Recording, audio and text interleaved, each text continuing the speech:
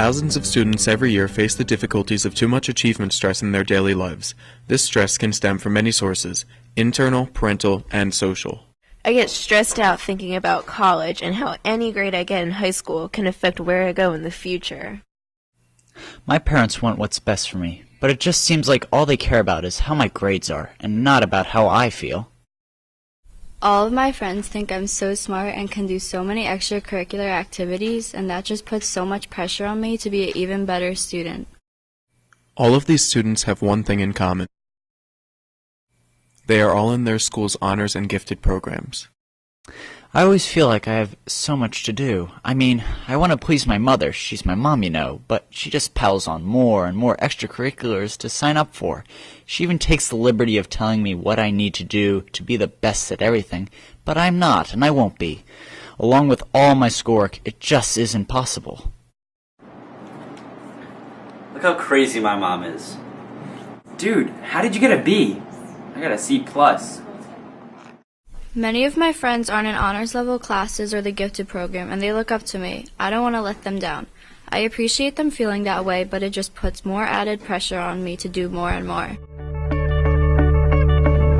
Hi, I'm Max Zeman, and I've been in the Quest class for 5-6 years now, and what stresses me out is physics. All students have different personalities and struggles, but they all have some form of performance stress.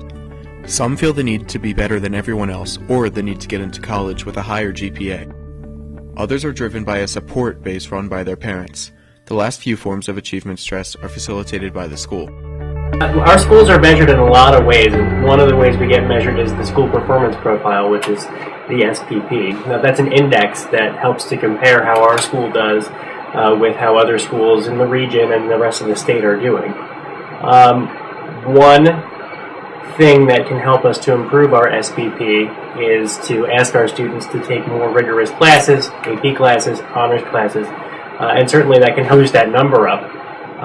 But we ask students to take rigorous classes for other reasons too. I think we try to balance that, and we do a pretty good job of balancing that, and it's a delicate balance, but I think we do a really nice job there. I try to take as many honors and AP courses as I can so I can ensure my place in a good college. Overall, it hurts all my grades, but there is always the hope of doing well in all of my classes and becoming valedictorian. That is the ultimate goal in high school, isn't it? So colleges want you to take the most challenging courses available to you. That may be AP courses. What they really want to see is challenging yourself within your limits, taking the most difficult classes you can take, but doing well in those classes. For most of these students, the ultimate goal is to place with the highest rank possible, but there are many alternatives. Everyone's brain is different. And while some students are more talented in core subjects like math, science, English, and social studies, others may excel in a more creative curriculum. And although many people view arts courses as serving little educational purpose, it is now known that many of the skills developed in these classes improve brain function that ultimately makes students stronger in core subjects. And colleges are well aware of this. Some students like art, music, theater, computer science, and creative writing. While some students believe that these topics will not help in the real world, they are wrong. For college admissions, art is seen as problem solving. First, a student needs to plan out ideas for what they want their theme and main depiction to be. Next, a student needs to make a rough sketch to get an idea of size, shape, color, shading, and more. Next, a student may begin their final draft. It takes planning and persistence to create a work of art. Art students also learn how to scrutinize, critique, make decisions, lead, and work in a group. Art also helps with geography, navigation, and spatial awareness, which are skills that are valuable to designers, architects, engineers, and more. Music courses are also alternatives to the stresses of multiple AP courses. When learning music, first one must sight read.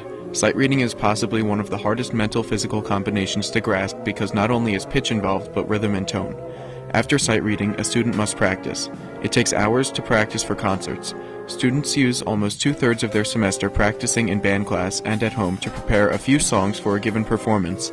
In this time, students must work to fix problems like playing the right notes in a fast run or hitting a high pitch the student thought impossible for their vocal range. Music also helps students with motor skills, spatial awareness, and it makes certain cerebral structures larger. Practicing music can almost double math scores and increase history and geography scores by 40%.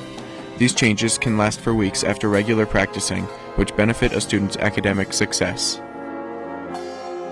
Students in the theater program have a whole new set of problems. If one wishes to act, they must be able to leave their life behind while on stage and take on the role of their character. They need to believe they are the character, and that can be difficult for many. Other problems thespians must solve are memorizing lines, conquering stage fright, learning to project their voice, and deciding the best way to go about a scene through intonation and actions. Theater also helps students with attention, and it teaches students to stay one neural step ahead of the world around them. This, coupled with the leadership theater students learn, increases a person's ability to think on their feet and problem solve, which are both characteristics of leaders in fields such as business, education, and politics, and characteristics they must grasp in order to become successful.